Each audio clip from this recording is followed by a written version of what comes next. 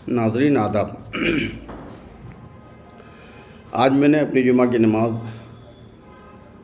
सैदपुरा जामे मस्जिद मुज़फ़्फ़रपुर की मस्जिद में पढ़ी। हस्बे मामूल खुतबा के लिए मेंबर रसूल से जब इमाम साहब ख़िताब करते हैं, वो ख़िताब यहाँ भी किया गया। आज के ख़िताब का मौजूद सुखन था कुल्लु नफ्सिन ज़ायक़तुल मौत। यानी इमाम साहब ये समझा रहे थे कि जितनी जी रूह इस सरज़मीन पर अल्लाह रब्बुल इज़्ज़त ने पैदा किया है, उस तमाम को एक न एक दिन मौत का मज़ा चखना होगा। तकरीरें बड़ी लंबी चौड़ी थी, लेकिन मौजूद सुखन जो था वो समझाने का मकसद ये था कि उन्होंने बताया कि अल्लाह रब्बुल इज़्ज़त ने हम इंसान को अपनी इबादत के लिए पैदा किया।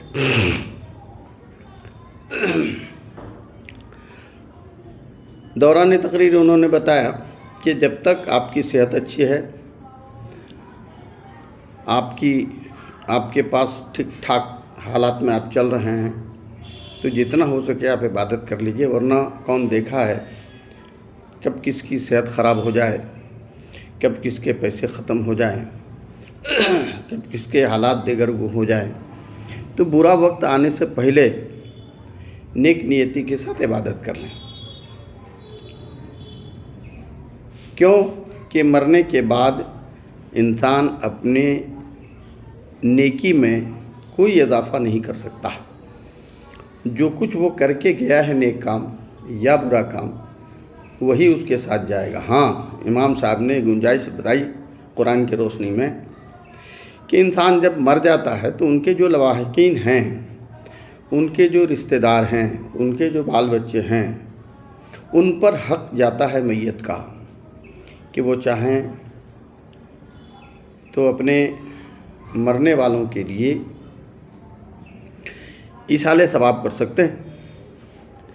उन इसाले सवाब में उन्होंने बताया कि आप उनके लिए मिलाद कराइए, उनके लिए इस्लामिक प्रोग्राम कराइए, कुरान पढ़िए, उनके लिए सवाब जारिया के कुछ तरीक़े बताए। मस्जिद बनवा दीजिए, सराय खाना बनवा दीजिए, रोड के किनारे नल लगवा दीजिए, गरीबों का घर बनवा दीजिए। इस तरह की चीज़ें बनाएं। और इस दौरान उन्होंने कहा कि पेड़ लगवा दीजिए। जैसे ही उन्होंने पेड़ लगाने की बात की तो मेरे दिमाग की एक बत्ती जली। मैंने इस ओर बहुत बारीकी से सोचा। मैंने कहा कि इसको मुझे अपना मौजूद सुखन बनाना चाहिए, क्योंकि अब ज़रा देखें कि एक इंसान जो इस दुनिया से चला गया और उनकी औलाद अच्छी है, वो इसाले सवाब करना चाहता है। अब इमाम साहब के कहे के मुताबिक अगर वो सराय खाना बनवाता है तो पैसे बड़े लगेंगे, तालाब खुदवाता है उसमें भी ज़्यादा पैसे लगेंगे, बिल्डिंग बनवा देता है उसमें पैसे लगेंगे, गरीबों को कई टाइम खाना खिलाता है उसमें भी पैसे लगेंगे, मस्जिदें बनवा दे, मस्जिदों की दीवार बनवा दे, उसमें पैसे लगेंगे। लेकिन एक बार आप सोचें कि अगर आप पेड़ लगाते हैं अपने मरने वाले के नाम पर इसाले सवाब के लिए, तब क्या होगा। इस नुक्ते पर आज हम लोग चर्चा करें। शायद आपको पता नहीं हो कि पेड़ का जो एहसान है हम पर, उसको जानना चाहिए। क्यों कि इस धरती पर सिर्फ पेड़ पौधा ही वो चीज़ है जो हमारे इमीडिएट नीड की चीज़, अर्थात ऑक्सीजन, जो मुझे तुरंत की ज़रूरत है। जैसा कि हम हर घड़ी सांस लेते रहते हैं, हम जो सांस लेते हैं, हमारे चारों तरफ वायुमंडल है, वायुमंडल में हवा, ये हवा का मतलब कई तरह के गैस एवं धूलकण तथा जल वाष्प के मिश्रण को हवा कहते हैं। और अल्लाह रब्बुल कुर्बान जाइए, अल्लाह रब्बुल इज़्ज़त पर उन्होंने हमें राजहंस बनाकर छोड़ा है। हम तमाम इंसान अब ऐसे समझिए कि राजहंस है। राजहंस की क्वालिटी होती है कि अगर उसके सामने दूध में पानी मिलाकर डाल दिया जाए तो राजहंस अपना चोंच डालेगा, सिर्फ दूध को ले लेगा और पानी छोड़ देगा। उससे कम हमको भी अल्लाह ने नहीं बनाया है।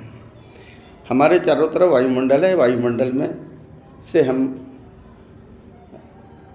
सांस लेते हैं और उस लिए अंदर खींचे हुए हवा से सिर्फ ऑक्सीजन हम ग्रहण करते हैं, बाकी चीज़ों को वापस छोड़ देते हैं। उसके साथ कार्बन डाइऑक्साइड की मात्रा भी बाहर निकल जाती है जो हमारे अंदर। तो पहले कल्पना करें, कल्पना नहीं करके देखें। अगर आपने ऑक्सीजन का वैल्यू पता नहीं है तो एक बार आप मेरे कहे के अनुसार मैं यस कहूँ तो सांस लेना बंद करें, मैं यस कहूँ तो सांस लेना छोड़ें।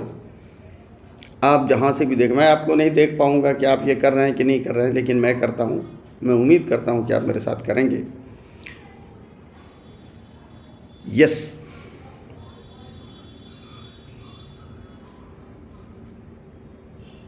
यस। एक बार सोच के बताइए कि कैसा लगा, क्या लगता है। और 10 सेकंड में यस नहीं बोलता, यानी आपको दोबारा सांस लेने की इजाज़त मेरे से नहीं मिलती और वफादारी के साथ आप सांस रोके रहते तो क्या हो जाता। जिसकी शिद्दत से आपको तलाश थी वो ऑक्सीजन थी, और ऑक्सीजन अल्लाह रब्बुल इज़्ज़त ने फ्री में इंतज़ाम किया है हमारे चारों तरफ की हवा में। और ये ऑक्सीजन बनाने वाली चीज़ कुछ और नहीं है, ये दरख्त हैं, पेड़ पौधे हैं। अल्लाह रब्बुल इज़्ज़त ने जितनी चीज़ें धरती पर दे रखी हैं वो तमाम चीज़ें हमारे लिए है, लेकिन उसमें सबसे ज़्यादा जिस चीज़ की तुरंत ज़रूरत है हमें, वो ऑक्सीजन की ज़रूरत है। ऑक्सीजन दिन में सूरज की रोशनी की मौजूदगी में पेड़ पौधा जब अपने लिए क्लोरोफिल बनाते हैं, खाना बनाते हैं। हमारे घर में हमारी माँ बहनें जो खाना बनाती है, जिस चूल्हे पर, उस चूल्हे के नीचे से कार्बन डाइऑक्साइड निकलती है, उत्सर्जित होती है, और चूल्हे का जो छिद्र होता है उससे ऑक्सीजन, हमारे खाना बनाने के क्रम में ऑक्सीजन कंज्यूम होता है, कार्बन डाइऑक्साइड डिस्चार्ज होता है। लेकिन पेड़ जब अपना खाना बनाता है, पेड़ सूरज से सूर्य प्रकाश लिया, ज़मीन से पानी लिया और प्राकृतिक लवण लिया, और अपने पत्तों पर फोटोसिंथेसिस की क्रिया करने के दौरान, जब वो फोटोसिंथेसिस की क्रिया कर रहा होता है, अपने लिए भोजन तैयार कर रहा होता है, तो उस वक़्त वायुमंडल से कार्बन डाइऑक्साइड को वो कंज्यूम करता है और ऑक्सीजन डिस्चार्ज करता है। तो जब वो ऑक्सीजन डिस्चार्ज करता है, वो मेरे लिए फ्री का गिफ्ट है। हम बगैर ऑक्सीजन के जी नहीं सकते, और ऑक्सीजन पेड़ के अलावा दुनिया में कोई चीज़ नहीं बनाती। ये ठीक है कि वो अपने खाना बनाने के क्रम में सूरज की रोशनी की मौजूदगी में ऑक्सीजन बनाता है, और ऑक्सीजन दूसरा कोई नहीं बनाता। अब जरा सोच कर देखें कि सिर्फ क्या कहें तो आप मुफ्त में, अगर आप फूल का पौधा लगाते हैं 10-20 रुपया दाम में, अगर आप केला का लगाते हैं तो कहीं से भी ला के लगा दीजिए। सहजन का लगाते हैं तो सीजन में जब लोग सहजन का डंठल तोड़कर खाते हैं, उसका डंठल लाइए अपने में गली में, पिछवाड़े में, बाजू में लगा दें। अगर आप बढ़िया आम का पौधा, जामुन का पौधा, कटहल का आम का पेड़, जामुन का पेड़, कटहल का पेड़ लगाना चाहते हैं, महोगनी का पेड़, पीपल का पेड़ लगाना चाहते हैं, तो उसमें पैसे लगेंगे, वो भी कितने, 100-150 रुपये लगेंगे। और मैं जानता हूँ कि आपके आजू बाजू में ढेर सारी ज़मीनें खाली पड़ी हुई, बस करना इतना है कि अपने जगह के हिसाब से 1-2 पेड़ खरीद के लावें। जिसके पास जितनी जगह, गरीब से गरीब तर आदमी भी अपने नहीं तो दूसरी जगह में लगा दे ना भाई, नहर के किनारे लगा दे, रोड के किनारे लगा दे, और अपने हिस्से की जिम्मेदारी समझे, उसको घेर दे, उसको देखे।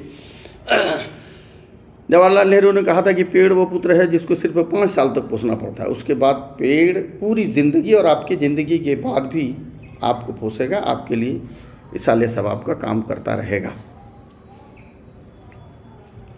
तो आप पेड़ लगा दें। पहला काम पेड़ करेगा कि आपके लिए ऑक्सीजन का इंतज़ाम करेगा, सिर्फ आपके लिए नहीं।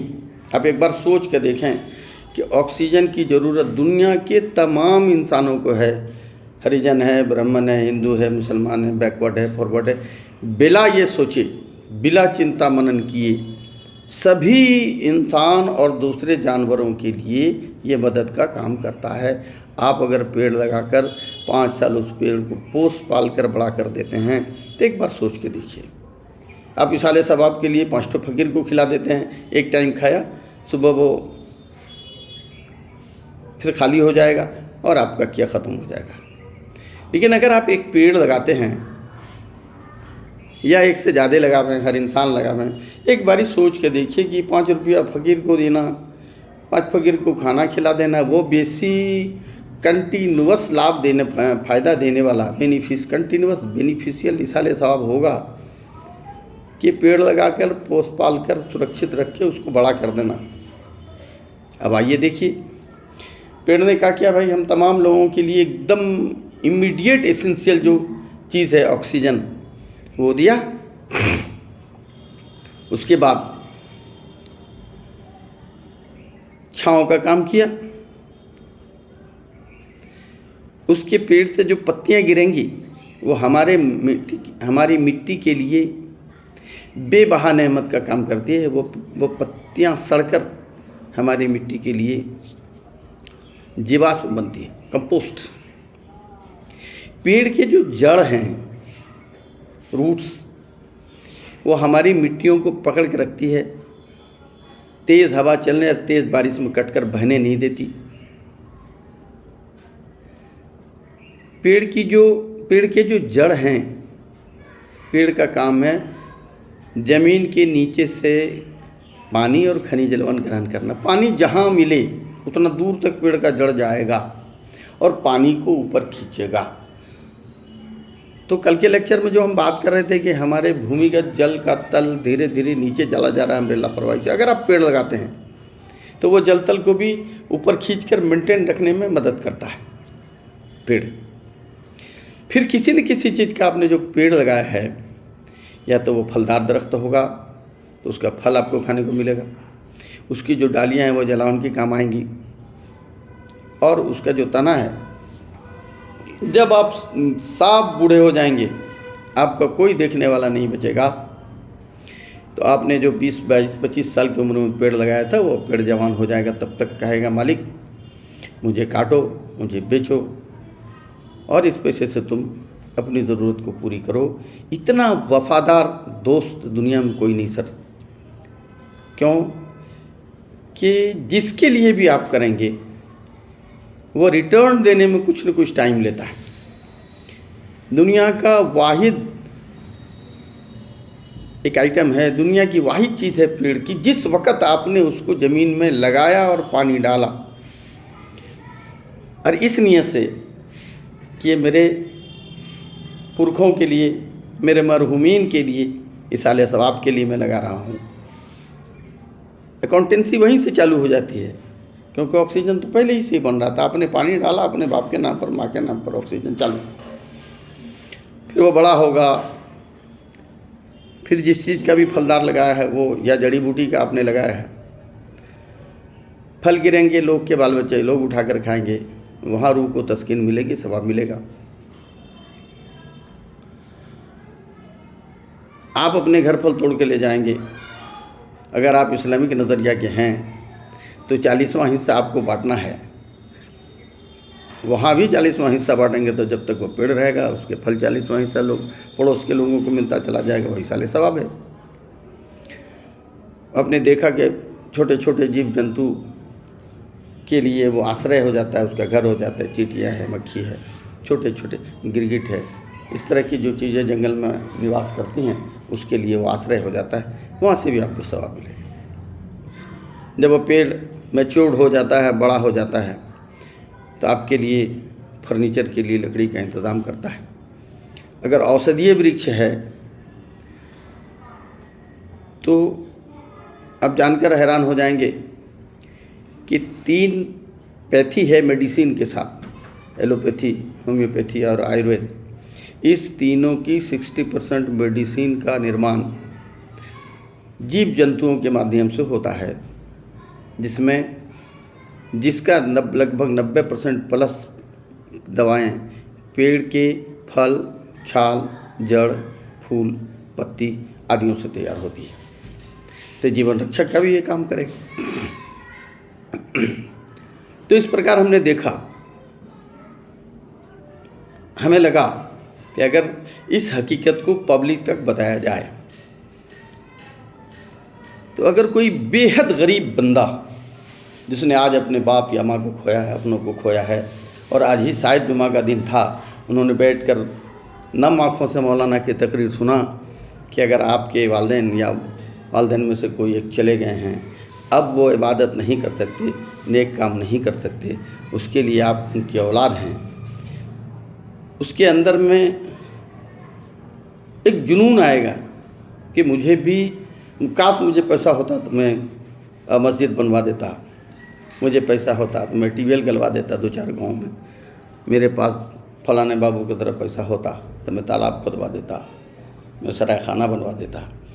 कुछ सोचने की ज़रूरत नहीं है सर जनाब, आप अब भी जाएं, आज के बाद जब जब जब मन करे नर्सरी जाएं, एक पेड़ लाएं, माँ के नाम पर, बाप के नाम पर, जो जो आपके गए हैं उसके नाम पर लगाते रहिए। हाँ, ध्यान ये रखना है कि उसकी हिफाजत आपको करनी है। और अगर कोई पूछे कि यार ये क्या कर रहे हो, तो जिस तरह मैं आपसे बात कर रहा हूँ, आप भी उसे समझाएं कि ये मेरे मरहूम वालिद साहब के नाम पर मैं पेड़ लगा रहा हूँ। पूछेगा क्या होगा, तो या तो आप उसे मेरी बात बता दो, या नहीं तो मेरा फ़ोन नंबर दे दीजिए कि भाई बात करो उससे। एक बंदे का मैंने स्पीच सुना था, वो समझा रहे थे, अगला मेरे से बात करेंगे, मैं उनके बात को मान लीजिए। लेकिन आप यकीन जानिए कि अगर आप पेड़ लगाते हैं अपने मरहूमैन की इसाले सवाब के लिए, तो इससे सस्ता, इससे अच्छा, इससे दूर, इससे लंबा इसाले सवाब का कोई ज़रिया नहीं है। इसीलिए मैं अक्सर एक स्लोगन पढ़ता हूँ कि हर जन्म मरण के अवसर पर हम एक पेड़ लगाएंगे। आपको भी दोहराना चाहिए ये स्लोगन, हर जन्म मरण के अवसर पर हम एक पेड़ लगाएंगे, हरियाली की रक्षा कर हम पर्यावरण बचाएंगे। हर जन्म मरण के अवसर पर हम एक पेड़ लगाएंगे, हरियाली की रक्षा कर हम पृथ्वी को बचाएंगे। धन्यवाद। खुदा हाफिज़। जय हिंद, जय भारत।